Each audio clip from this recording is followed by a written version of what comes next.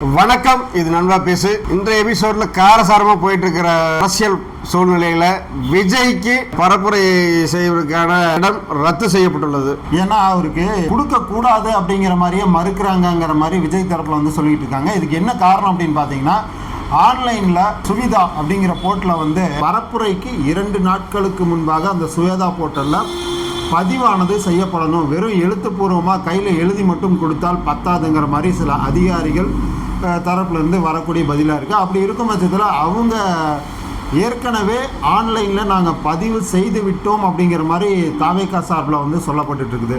இதுக்கான எவிடன்ஸும் வந்து கொடுத்துருக்காங்க. அந்த எவிடன்ஸ் வந்து நம்ம ஸ்க்ரீனில் பார்க்கலாம்.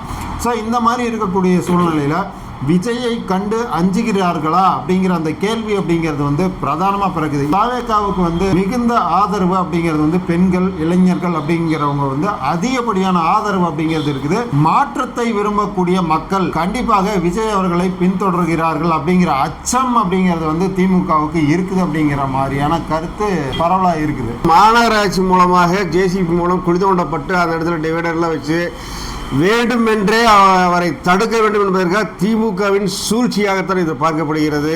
மக்களிடையே பேசினார் அப்படின்னா கண்டிப்பாக ஓட்டுகள் எல்லாம் மாறும் அப்படிங்கிற ஒரு பயம் திமுகவுக்கு ஏற்பட்டு இருக்கிறதுனால தான் இப்படிப்பட்ட இடையூறுகள் மட்டும் இல்லாத, அதாவது இன்டோர் சொல்லக்கூடிய மண்டபங்கள், பெரிய நட்சத்திர ஹோட்டல்கள், இது மாதிரியான இடங்களில் கூட அவங்க ஒரு கூட்டம் நடத்துகிறாங்க அப்படின்னா, அதாவது மறைமுகமாக அந்த ஹோட்டல் உரிமையாளர்களுக்கு ஃபோன் செய்து மிரட்டை வேலை வந்து அதை குழி பறிக்குது அப்படின்னு சொல்லுவாங்க இல்லையா, அந்த மாதிரி அதையும் தாண்டி தாவேகாவுடைய விஜய் அவர்கள் வந்து பயங்கரமான ஒரு மக்களுடைய சக்தி பெற்றிருக்கார் அப்படின்னு தான் சொல்கிறோம். அனுமதி அப்படிங்கிறது வந்து 2 நாட்களுக்கு முன்பே கோரப்படணும் அப்படிங்கிற விஷயத்தில் வந்து அவங்க அனுமதியானது கோரியிருக்காங்க. அந்த இடத்துல மாநகராட்சி சார்பில் வந்து குழி தோண்டப்பட்டது பைப்பு போடுறதுக்காக அப்படிங்கிற மாதிரி. அந்த பைப்பு மாநகராட்சி சார்பில் இன்னொரு விஷயம் என்ன சொல்கிறாங்கன்னா, பைப் வந்து நாங்கள் குறிப்பிட்ட குறுகிய அளவு மட்டுமே பறித்து அந்த இடத்துல வந்து நாங்கள் உடனுக்குடனே அந்த வேலையை செய்து முடிச்சிட்டோங்கிற மாதிரியான பதிவும் வந்து எக்ஸ்தல பக்கத்தில் கார்ப்பரேஷன் தரப்புலேருந்து வந்து பதிவு செய்யப்பட்டிருக்குது.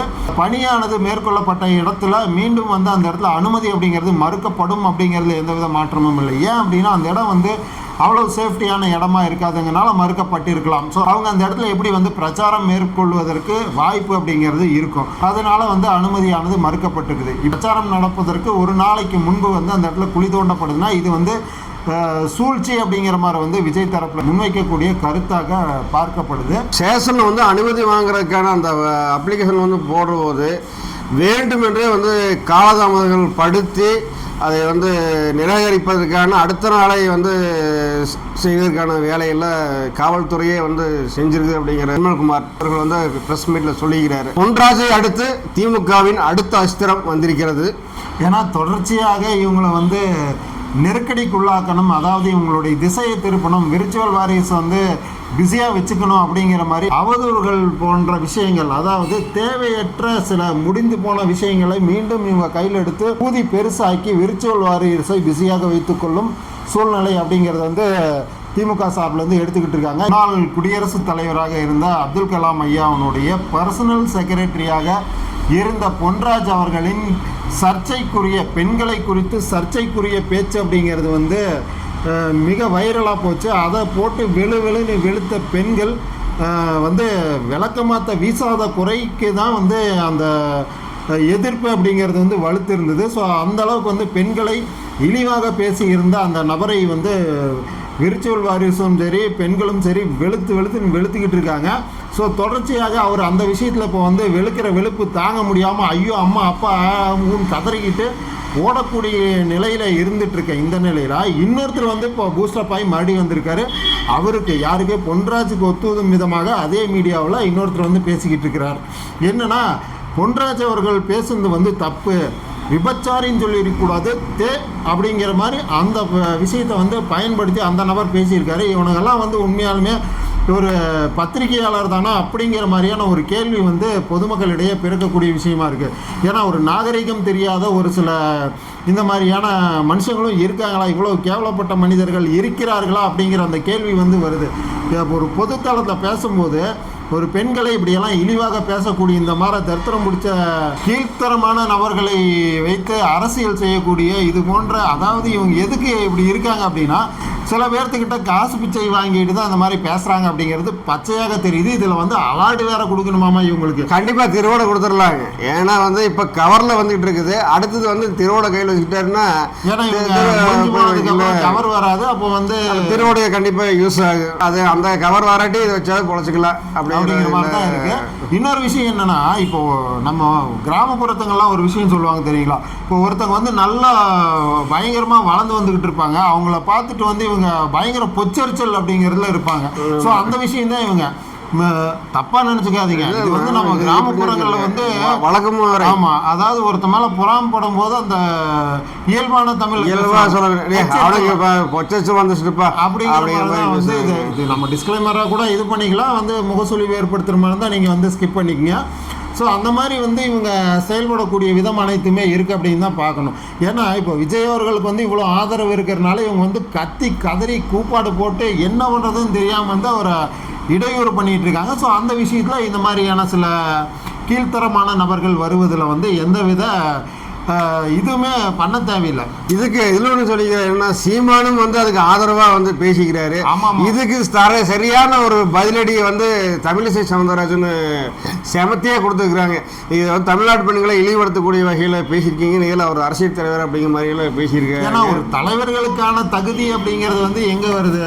பெண்கள் அவங்க கட்சிகளையும் இருக்காங்க, அப்போ அவங்கள பக்கத்துலேயே வச்சுக்கிட்டு இந்த மாதிரியான பேச்சுக்கள் பேச முடியுமா அப்படிங்கிற ஒரு கேள்வி வருதா இல்லையா? கண்டிப்பாக. இந்த இவர் சீமான் அவர்களுடைய கூட்டத்தில் கூட பெண்கள் நேரத்து கேட்டிருக்காங்க, ஏன் வந்து 2 வயசு குழந்தைகள் வந்து பாலியல் இது பண்ணியிருந்தாங்க, அதை பற்றி நீங்கள் ஏன் பேசலை அப்படிங்கிற மாதிரி விஷயங்கள்லாம் அந்த கூட்டத்துக்கு, அதாவது சீமான் அவர்களுடைய கூட்டத்துக்கு வந்து பெண்களே வந்து எழுந்து கேள்வி கேட்கக்கூடிய நிலையில தான் இன்றைக்கி சீமானுடைய கட்சி இருக்குது அப்படின்னு நம்ம சொல்லுவோம். செயல்பாடுகள் அப்படின்னு வந்து பார்க்கும்போது ஒரு இன்னைக்கு ஒன்று பேசுகிறார், நாளைக்கு ஒன்று பேசுகிறார், அப்படி மாதிரியான விஷயங்களும் இருக்கிறதுனால மக்களிடையே வந்து வெறுப்புணர்வை இப்போ வாங்கிட்டாருங்கிறது நம்ம திமுக சார்பில் வந்து 5 ஆண்டு காலமாக போடாமல் கடைசி இந்த 1 மாதத்திற்கு முன்பு 5000 ரூபாய் வந்து அனைத்து மகளிர்களோட அக்கௌண்ட்டுக்கும் வரவு வைக்கப்பட்டது ஏன் அப்படிங்கிற கேள்வி வந்து ஒரு சாமானிய மக்கள் கூட கேட்டுருக்காங்க.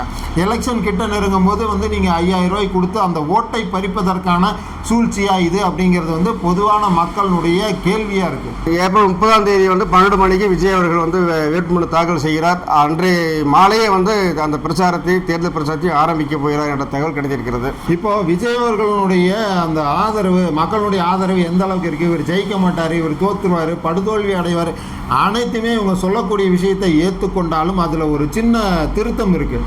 என்ன அப்படின்னா, எதன் அடிப்படையாக இவர்கள் இப்படி சொல்கிறாங்க அப்படிங்கிற அந்த கேள்வி இருக்கு இல்லையா? இப்போ உறுப்பினர் ஆகணும் அப்படின்னா வாக்காளர் அடையாள அட்டை வச்சு மட்டுமே உறுப்பினர் ஆகிறதுக்கான வாய்ப்பை ஏற்படுத்தியிருந்தாங்க. அதுவே கிட்டத்தட்ட 1 கோடி நபர்கள் இணைந்திருந்தாங்க. எப்போ அப்படின்னா விழுப்புரம் மாநாடு அந்த காலகட்டங்களில் தான். அப்போவே 1 கோடி நபர்கள் இருந்திருந்தால் இப்போ இவங்களுடைய பலம் எந்த அளவுக்கு இருக்கும் அப்படிங்கிற விஷயத்தை கண்டு தான் இப்போது இந்த கட்சியினர் அனைத்து கட்சியினரும் அலறாங்க அப்படிங்கிறது தான் உண்மை. ஏன்னா இப்போ பரவலாக ஓட்டு அப்படிங்கிறது வந்து பிரியுது.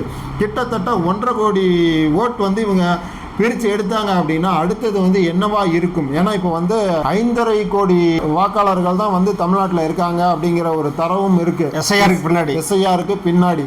அப்போ 1.5 கோடி ஓட்டை வந்து விஜய் அவர்கள் பிரித்தார் அப்படின்னா மீதமுள்ள வாக்குகள் எந்தெந்த கட்சிக்கு எப்படியெல்லாம் பிரியும், களம் எவ்வளோ டஃப்பாக இருக்கும் அப்படிங்கிறது தான் வந்து இப்போ இவங்க அனைவருமே பயப்படக்கூடிய விஷயமாக இருக்குது. விஜய் அவர்கள் வருகைக்கு பிறகு பெரம்பூர் தொகுதியில் 70% வாக்குகள் விஜய்க்கு இருக்குது. இதனால தான் வந்து பெரம்பூரில் அந்த பிரச்சாரத்தை பண்ணுறதுக்கு இல்லாமல் அந்த திமுக வந்து தடுத்து நிறுத்துது அப்படிங்கிறது தான் நம்ம இதில் பார்க்கக்கூடிய விஷயம் இருக்குது. ஒருவர் மேலே பயம் இல்லை அப்படின்னா விட்டுட்டு போக வேண்டியதான். ஏன் போய் அவரை போட்டு சீண்டி நோண்டி எடுக்கிறீங்க அப்படின்னா அந்த இடத்துல பயம் இருக்குது அப்படின்னு தானே அர்த்தம். கண்டிப்பாக. ஏன்னா அவர் ஒரு ஒருத்தே இல்லைப்பா, அவருக்கு வந்து ஓட்டே விழுகாதுப்பா, அவர் நடிகர்ப்பா, அவரை பார்க்குறதுக்கு கூட்டம் மட்டும்தான்ப்பா வரும், அந்த கூட்டமெல்லாம் ஓட்டாக மாறாதுப்பான்னு இவங்க சொல்லக்கூடிய கதைகள் எல்லாமே அனைவரும் அறிந்தது. அப்படி இருக்கும் பட்சத்தில் அதுக்கு ஏன் நீங்கள் பெருசாக எடுத்துக்கணும்? அதான் ஓட்டு வாங்க போகிறது இல்லை, நீங்கள் ஏன் பயப்படுறீங்க? நீ தான் தைரியமான ஆளாச்சே, விட்டுரு, ஏன் பயப்படுற அப்படிங்கிற அந்த மாதிரியான விஷயம் வந்து ஒரு சாமானிய மக்கள்கிட்ட இருந்து எழும்பக்கூடிய ஒரு விஷயமா தான். சாதாரணமாக ஒரு விஜய் ஒரு இடத்துல களத்தில் நிற்கிறார் அப்படின்னா ஒரு 20,000-30,000 தொண்டர்கள் வந்து அந்த இடத்துல கூடக்கூடிய ஒரு சூழ்நிலை இருக்குது. ஏடிஎம்கே ஆகட்டும் டிஎம்கே ஆகட்டும், அது ஒரு பெரிய ஒரு கூட்டத்தை கூட்டணும்னா ஒரு நபருக்கு 200-300 ரூபா கொடுத்தா 30,000 பேரை கூடுறதுக்கு கிட்டத்தட்ட கோடிக்கணக்கில் செலவாகும். செலவே இல்லாமல் விஜய்க்கு வர்றதுனால தான் எங்களுடைய அந்த ஒரு பயமே இருக்குது அப்படிங்கிறத நம்ம பார்க்கக்கூடிய விஷயமா இருக்கு. மக்கள் தன்னெழுச்சியாக இவரை பின்தொடர்ந்து வர அந்த கூட்டத்தை பார்த்து தான் இவங்க பயப்படுறாங்கிறது தான் உண்மை. இதுதான் வந்து 2026 தேர்தல் களத்தினுடைய இதாக இருக்கும், என்னென்னா ரிசல்ட்டாகவும் இருக்கும் அப்படிங்கிறது தான் வந்து நம்மளுடைய கருத்து. ஏன்னா போன 2021 வந்து ஸ்டாலின் தான் வராரு விடிய தர போறாங்கிற சாங்கு வைரலாச்சு, அதை வின் பண்ணாங்க. இப்போ விஜயோடைய சாங்கு ஓம் சக்தி பராசக்தி திமுக ஒரு தீய சக்தி அப்படின்னு சொல்லி எல்லாமே க்ளோஸ் பண்ணிட்டு முடிச்சிருவாங்க அப்படிங்கிறது தான் களத்தினுடைய நிலவரமாக இருக்கிறதாக நமக்கு புரிதலாக இருக்குது. பார்ப்போம். மீண்டும் இன்னொரு சுவாரஸ்யமான வீடியோவோட உங்களை சந்திக்கிறோம். நன்றி, வணக்கம். வணக்கம்.